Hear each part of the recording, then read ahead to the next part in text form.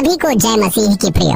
क्या आप जानते हैं कि एक ऐसा दिन आने वाला है जब पूरी पृथ्वी हिल जाएगी, जब समुद्र का पानी लहू में बदल जाएगा, जब सूर्य आग बरसाएगा और लोग चीखते चिल्लाते फिरेंगे, लेकिन फिर भी वे परमेश्वर के विरुद्ध खड़े रहेंगे। यह कोई काल्पनिक कहानी नहीं, यह बाइबल में लिखी परमेश्वर की अंतिम चेतावनी है। प्रकाशित वाक्य अध्याय 16 में 7 भयानक प्रकोपों का वर्णन है जो दुनिया के अंत में उतरने वाले हैं। ये कोई छोटी चेतावनी नहीं, यह अंतिम न्याय की शुरुआत होगी। लेकिन सवाल ये है, क्या हम इन प्रकोपों से बच सकते हैं?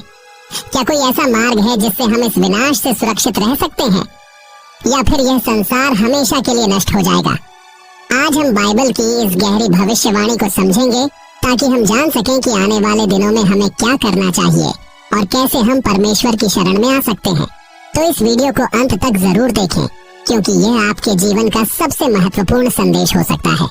तो वीडियो लाइक करें और अपने दोस्तों और परिवार के साथ शेयर करें और कमेंट बॉक्स में हालेलुया जरूर लिखें और परमेश्वर की महिमा करें। क्या आपने कभी सोचा है कि इस संसार का अंत कैसा होगा? क्या यह बस एक पुरानी कहानी है, या फिर बाइबल हमें सच में आने वाले भयानक दिनों के बारे में चेतावनी दे रही है? यह कोई साधारण चेतावनी नहीं, यह पूरी मानवता के भविष्य से जुड़ी हुई है।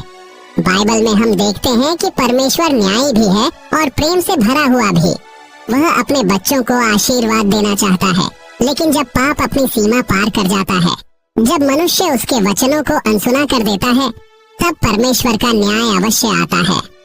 प्रकाशित वाक्य 16 में हमें परमेश्वर के 7 प्रकोपों की गवाही मिलती है। भयानक और अकल्पनीय प्रकोप। ये कोई मामूली विपत्ति नहीं, बल्कि एक अंतिम चेतावनी है। लेकिन सवाल यह है, क्या हम इन प्रकोपों को हल्के में ले रहे हैं? क्या हमें लगता है कि यह सब कोरी कल्पना है, या फिर हम सच में तैयार हैं? हम कैसे जान सकते हैं कि जब ये प्रकोप पृथ्वी पर आएंगे तो हम बच पाएंगे? आज हम इन 7 प्रकोपों को गहराई से समझेंगे, ताकि जब यह समय आए हम अंधकार में न रहें, बल्कि परमेश्वर की शरण में हो। तो इस संदेश को ध्यान से सुनिए, क्योंकि यह आपका भविष्य बदल सकता है। पहला प्रकोप, घाव और असहनीय पीड़ा। प्रकाशित वाक्य 16 अध्याय 2 वचन। सो पहला दूत गया और उसने अपना कटोरा पृथ्वी पर उंडेल दिया, और उन लोगों पर जो पशु की छाप लिए हुए थे और जो उसकी मूरत को पूजते थे, एक भयानक और दुखदायी फोड़ा निकला। कल्पना कीजिए, दुनिया में अराजकता फैल चुकी है। पाप ने अपनी चरम सीमा पार कर ली है। लोगों ने परमेश्वर को छोड़कर पशु की छाप छ को स्वीकार कर लिया है। वे सोचते थे कि इससे उन्हें सुरक्षा मिलेगी, शक्ति मिलेगी, समृद्धि मिलेगी। लेकिन क्या हुआ? अचानक एक भयानक प्रकोप धरती पर उतरता है। लोगों की त्वचा सड़ने लगती है, मांस से खून और मवाद टपकता है। असहनीय दर्द में वे तड़प रहे हैं, लेकिन कोई उपचार नहीं। वे डॉक्टरों के पास दौड़ते हैं, लेकिन विज्ञान भी इस भयावह बीमारी के आगे घुटने टेक देता है। कोई दवा काम नहीं करती, कोई प्रार्थना नहीं बचा सकती, क्योंकि उन्होंने परमेश्वर की चेतावनी को ठुकरा दिया था। यह प्रकोप एक बात स्पष्ट कर देता है, जो लोग सच्चाई से मुंह मोड़ते हैं वे परमेश्वर के न्याय से बच नहीं सकते। जब परमेश्वर ने बार बार चेतावनी दी थी, तब इन लोगों ने उसका उपहास किया। जब उन्हें सत्य के मार्ग पर चलने का अवसर दिया गया, तब उन्होंने पशु की छाप लेकर अपना भविष्य नष्ट कर लिया, और अब वे न्याय का सामना कर रहे हैं। लेकिन रुको, क्या कोई इससे बच सकता है? क्या कोई ऐसा रास्ता है जिससे हम इस भयानक न्याय से बच सकें? या फिर यह संसार हमेशा के लिए शापित हो चुका है? दूसरा प्रकोप, समुद्र रक्त में बदल जाएगा। प्रकाशित वाक्य 16 अध्याय 3 वचन। दूसरे स्वर्गदूत ने अपना कटोरा समुद्र पर उंडेल दिया, और समुद्र मरे हुए के लहू के समान हो गया, और समुद्र में जो जो जीव थे वे सब के सब मर गए। कल्पना कीजिए, समुद्र जो जीवन का स्रोत था, अब मृत्यु का कुआं बन चुका है। जहाँ पहले लहरें शांति का संदेश देती थीं, अब वहाँ लहू की नदी बह रही है। विशाल समुद्र अब नीला नहीं, बल्कि लाल हो चुका है। गाढ़ा सड़ता हुआ रक्त, जो कुछ भी उसमें सांस लेता था मर चुका है। मछलियाँ सतह पर तैर रही हैं, विशाल व्हेलें मृत पड़ी हैं। पानी में भयंकर बदबू फैल चुकी है, और जो कभी समुद्र की लहरों को देखकर आनंद लेते थे, वे अब डर और घृणा से पीछे हट रहे हैं। ये कैसा न्याय है? ये वही न्याय है जो परमेश्वर ने मिस्र पर भेजा था, जब फिरौन ने मूसा की बात नहीं मानी थी।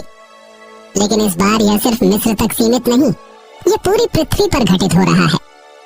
कितने लोगों ने समुद्र से मछलियां पकड़ी होंगी, व्यापार किया होगा, पर्यटन से पैसा कमाया होगा, लेकिन अब समुद्र सिर्फ तबाही का प्रतीक बन चुका है।